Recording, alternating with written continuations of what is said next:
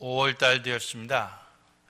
예수 믿는 사람들이나 또 안 믿는 사람이나 다 가정의 달이라고 그러죠. 그래서 오늘 또 어린이 주일로 우리가 교회에서 그렇게 지킵니다. 예수님께서 어릴 때에 대한 성경 기록이 그렇게 많지가 않아요. 오늘 나오는 그 12살 때의 그 기록이 어떻게 보면 유일한 기록입니다. 이 기록을 통해서 우리가 함께 은혜를 받고자 합니다. 제가 어제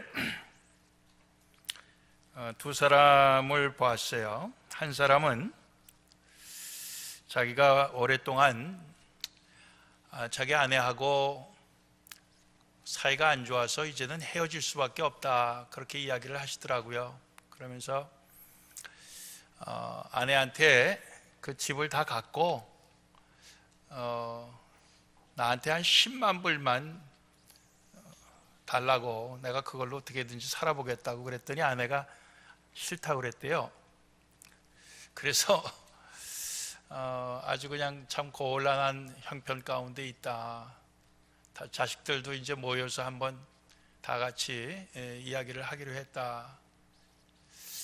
근데 제가 마음이 얼마나 참 쓰라린지, 그래서 제가 그랬어요. 성경에 보면은 예수를 안 믿겠다거나 또 간음을 했다거나 그러면은 이혼 사유가 되지만은 그렇지 않은 경우엔 이혼하지 말라고 그랬는데, 네, 그러니까 자기가 하나님을 만난 사람인가 무슨 어떤 책을 보고 이혼하기로 결심을 했다고 그래서 그 책을 저도 봤는지 안 봤는지도 기억이 안 나는데, 그러나 우리 예수 믿는 사람은 성경을 보고 결단을 내려야 되지 않겠냐. 성경에는 그렇게 써 있다. 제가 그렇게 이제 말씀을 드렸습니다. 듣는 제가 가슴이 아픈데 정작 본인은 얼마나 가슴이 아프고 그동안 힘들었겠나, 그런 생각도 해봐요. 또 한 가정은 오늘 점심 봉사하는 구역인데 보니까 아들 둘까지 온 식구가 다 부엌에서 일을 하는데 아들 둘도 다 앞치마를 입혀갖고 말이에요, 열심히 땀을 흘리면서 오늘 점심을 준비하고 있더라고요. 그래서 딸 없이 아들만 있으면은 요즘은 안 알아주는데 집사님네는 아들들이 딸보다 낫군요. 네, 그랬습니다. 어제만이 아니고 제가 보면 이따 가끔씩 보면은 그렇게 온 가족이 똘똘 하나가 되어서 새벽 기도에도 나오고 그 교회에 와서 이렇게 봉사하는 모습을 볼 때 참 좋은 가정이다.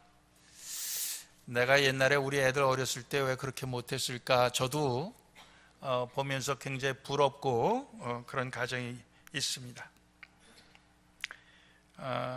오늘 우리가 자녀들을 향해서 부모로서 가지는 그 바람이라고 하는 것이, 오늘 52절에 보는 대로 예수님은 그 자라갈수록 하나님과 사람들에게 사랑스러워 가시더라, 이렇게 되어 있습니다. 우리의 자녀가 어리던, 나이가 이제는 다 먹어서 어른이 되었건 자녀는 자녀입니다. 90세 넘은 아버지가 70세 넘은 아들에게 나갈 때마다 야, 차 조심해라, 길 조심해라 그런다고 그러지 않아요? 자식은 자식인 거죠. 마찬가지로 오늘 우리가 자식들이 하나님과 사람들로부터 정말 사랑받는 그런 모습으로 계속 나아가기를 원하는 것이 부모의 마음이라, 그런 생각을 해봅니다. 그러면서 어떻게 하면은 우리의 자녀들이 그렇게 될까 생각해 볼 때, 자녀들에게 그렇게 될 수 있는 기회를 제공해야 된다 생각합니다. 기회를 제공해야 된다. 오늘 한 4가지 기회를 생각을 해보려고 합니다. 첫째는 성전에 가는 기회. 성전에 가는 기회. 41절 41절 말씀 보면은 예수님의 부모가 해마다 6월절이 되면 성전을 찾아갔다 그랬어요. 물론 6월절 말고는 동네에 있는 회당이라고 하는 교회에 매일 갔겠지요. 예수께서 12살 될 때 저희가 이 절기의 전례를 쫓아 예루살렘으로 올라갔다 그랬습니다. 즉 성전에 가는 기회를 우리 자녀들에게 활짝 열어줘야 된다, 이런 생각입니다. 야, 교회 가지 마라. 교회 가서 뭘 배울 게 있냐? 그 시간 있으면 공부해라.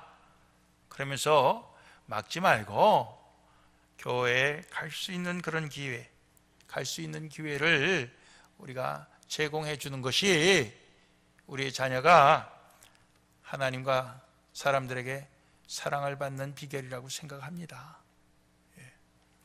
두 번째는 선생님들에게 듣기도 하고 묻기도 할 수 있는 기회를 주는 것입니다. 46절 47절 보니까 예수님이 부모님들은 집으로 가는데 뒤떨어져서 뭘 하고 있었나 봤더니 성전에서 선생님들하고 앉아서 듣기도 하고 묻기도 하셨다고 그랬습니다. 듣는 거는 그냥 듣는 게 아니고 귀를 쫑긋하고 바짝 정신 차리고 듣는, 영어로 얘기하면 listening입니다. 그냥 히어링이 아니고. 그러니까 하나님의 말씀을 갖고 그 선생님들하고 그 이야기하고 주고받는데 아주 그냥 경청을 하면서 그렇게 귀담아 듣는 그런 예수님의 모습을 여기에 나타내고 있습니다. 즉 우리도 자녀들에게 바로 이렇게 하나님의 말씀을 잘 들을 수 있는 기회, 그 말씀을 또 물을 수도 있는 기회, 이런 기회를 우리 자녀들에게 주어야 될 줄로 압니다. 우리 교회 옛날에 잘 다니던 애를 끌고 옆에 사랑의 교회 프로그램이 좋다고 끌고 간 부모가 있어요. 그래서 왜 끌고 갔나 했더니 그 교회 가면은 그 애가 찬양팀에서 드럼을 칠 수 있다고 한다고 그래갖고 끌고 갔다고요. 드럼 칠 수 있는 기회가 아니라 하나님의 말씀을 들을 수 있는 기회를 제공해 줘야 되는 것입니다.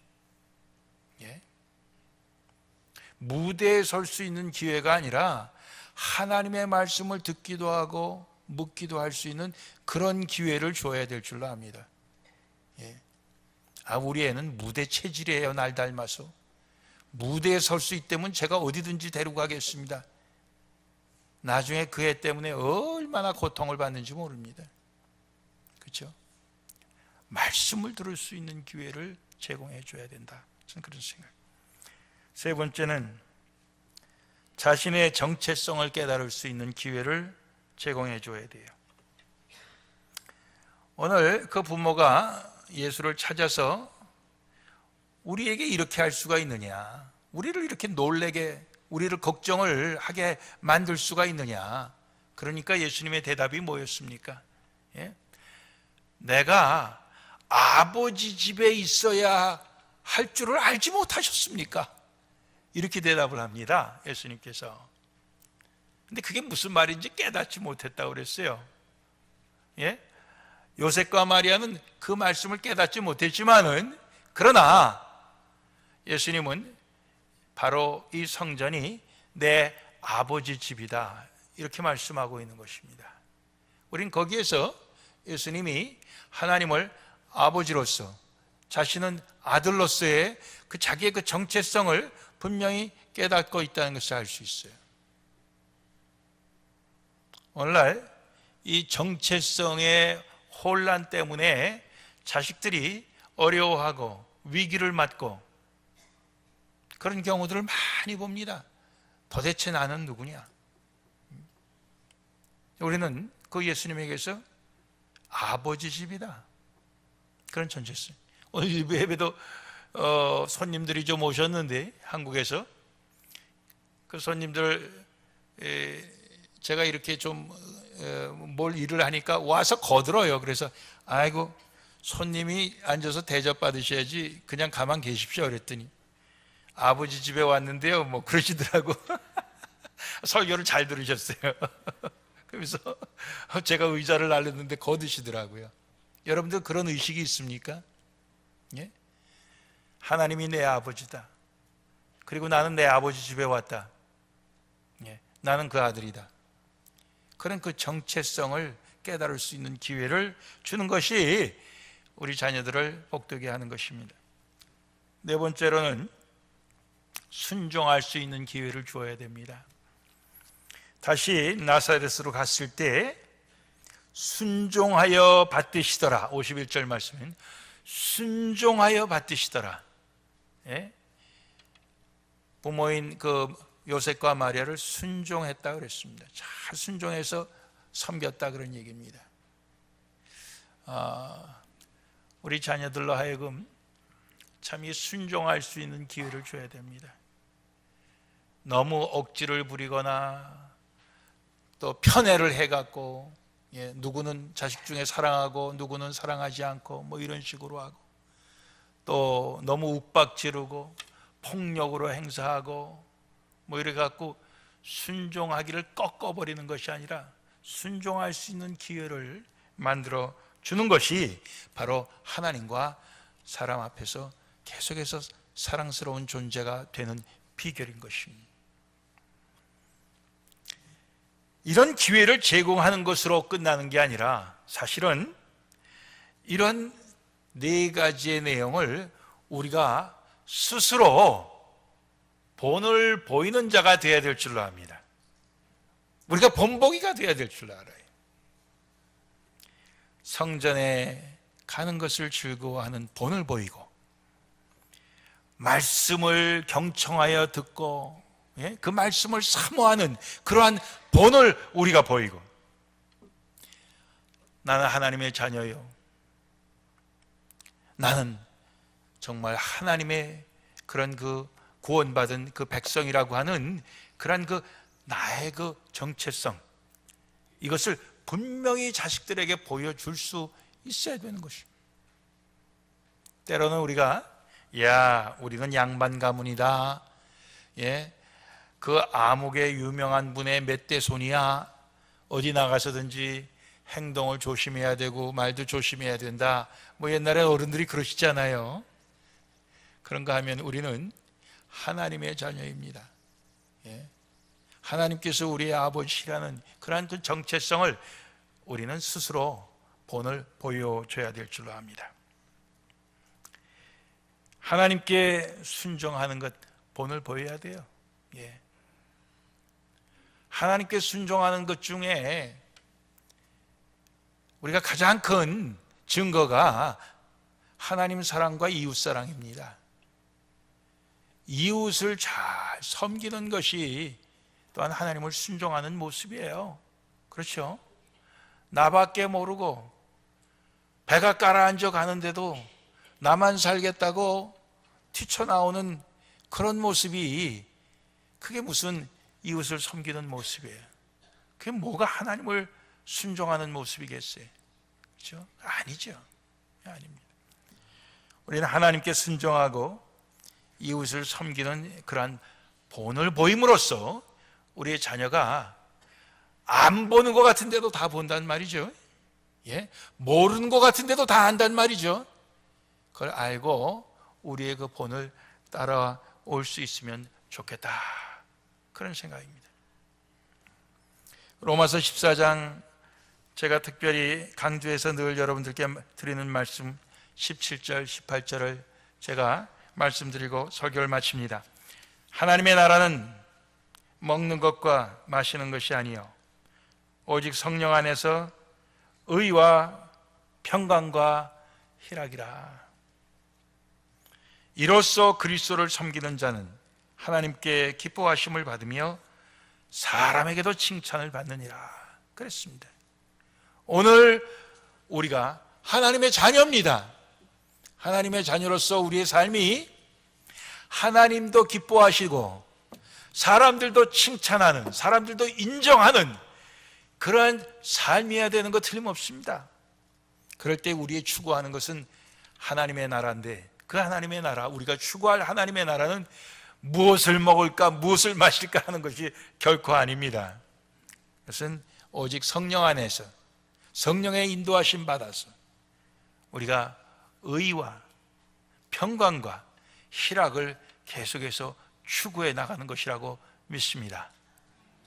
여러분들, 우리가 하나님의 자녀인 것처럼 우리의 자손 만대에 다 그들이 하나님의 자녀로 살기를 소원하죠. 우리가 다 그걸 소원을 합니다. 그것을 위해서 기도합니다.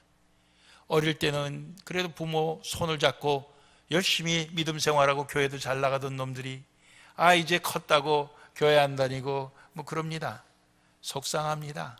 그렇지만 우리가 이런 목적을 갖고 기도하고 본을 보이고 할 때에 언젠가는 다시 돌아오게 될 줄로 믿습니다.